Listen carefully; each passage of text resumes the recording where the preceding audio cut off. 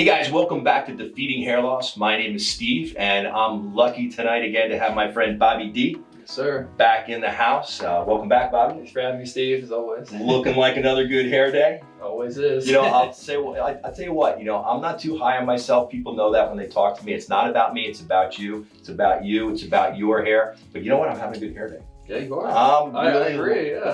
Thank you. You just saying that? No. Today we're going to talk about, what to look for in a hair consultation.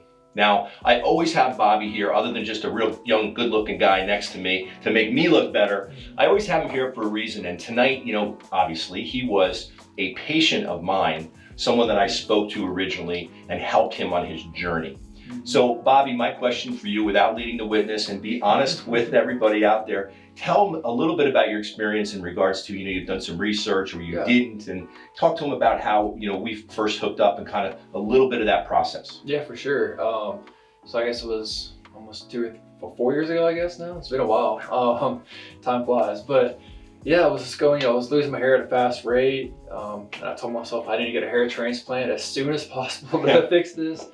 And what I did was, I found you on YouTube. It was you and David DiMuzio, and y'all were very popular there. And then after that, I did my own research on Googling, and I found y'all again. And David DiMuzio had great reviews from McGrath Medical, and so made the call to y'all, spoke to you, and at first you were telling me, hey, you don't need a transplant. You were telling me, hey, the preventative treatments, the combination pills that we talked about before, the finasteride, minoxidil, oral.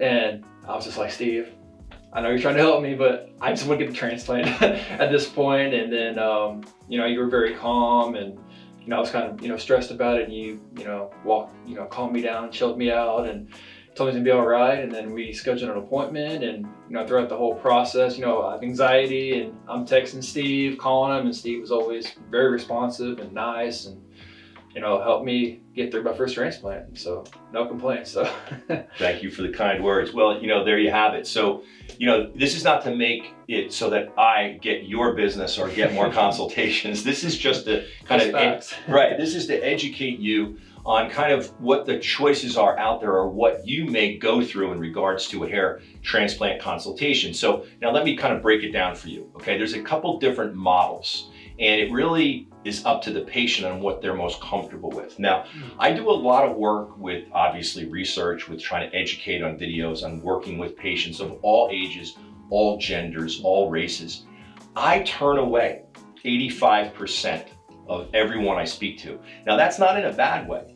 That's in a good way. That's in the best interest of the patient. I tried to turn you away off the get-go because it would have been in your best interest, and it was, and to figure out, do you want to use finasteride? Because you didn't have a ton of hair loss. You had some hairline receding. Yeah. So, finaesteride's not going to help bring that back anyway. So why am I going to turn down business and, kind of maybe get a bad taste in your mouth? Does this guy really want my business? Just to get me on a pill that, oh, by the way, the internet says has tons of side effects. Okay. I don't know if that's a business model or not, but that's how I do it. But I am not a doctor, and I have no medical training. And I helped Bobby get that amazing head of hair, like I am with many of you out there that are watching these videos, and thank you again for watching. But what I will tell you is other patients, they prefer to speak with the doctor. They prefer for a physician to examine them, and that's where their comfort level is. As a matter of fact, there's a decent percentage of hair transplant doctors out there that have written books, that have done videos that'll say, avoid salespeople, because that's how they kind of tag patient counselors that are not doctors. They treat them as salespeople. Now, I hate salespeople because I guess I used to be one, and I shouldn't say I hate them, but I'm not comfortable with them. I don't want to be sold a hair transplant. And I don't know if anybody else out there does either. Now, Bobby is an example of a young, hurting, kind of losing his hairline patient that wanted to be sold a hair transplant. So when you walk into that, if it's the wrong doctor, wrong clinic, you could get yourself into trouble.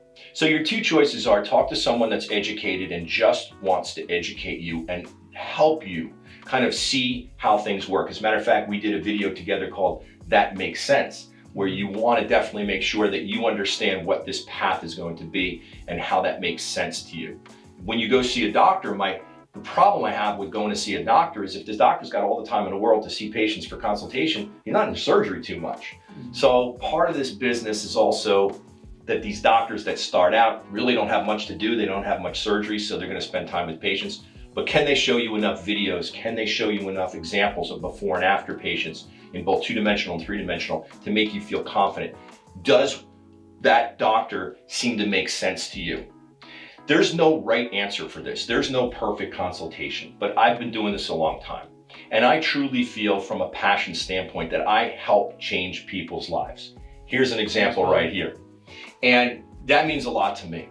So what I'm doing out there for people is giving you the truth, giving you the ethical, honest answers on whether it's a good idea or not a good idea, or maybe we should just put this on pause for a while and take a look and see what happens. So I'm not the only one out there doing right things for people in the hair transplant industry. But if somebody wants you to jump on an airplane with 30 other guys flying out of JFK in New York and fly to a foreign country, I don't know if they have your best interests in mind. So be very careful out there. Make sure that you seek out where you feel most comfortable, whether it's an educator like myself, or whether it's a physician like a Dr. McGrath who did Bobby's and my work and David DiMuzio's work. Hope that helps. Check out those hair consultations. Thanks for watching. Don't forget to like and subscribe. Thank you, Bobby. Sir.